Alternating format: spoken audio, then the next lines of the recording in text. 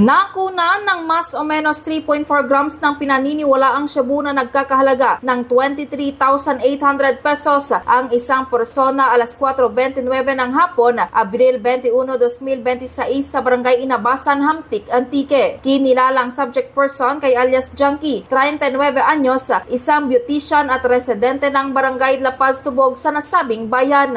Kasama sa na-recover sa subject person ang one-piece heat-sealed plastic sachet ng pinaniniwalaang shabu by bust item, dagdag na 3 pieces sachet ng pinaniniwalaang shabu, 1,500 pesos na by bust money at iba pang mga non-drug items. Sa ngayon, nasa kustodiya ng Hamtik MPS ang subject person para sa nararapat na disposisyon. Balita mula sa probinsya ng Antique, K5 Family Palanog, para sa Kampiyon na Balita, Serbisyo Publiko at Kasiyahan sa Pilipinas. K5 News FM.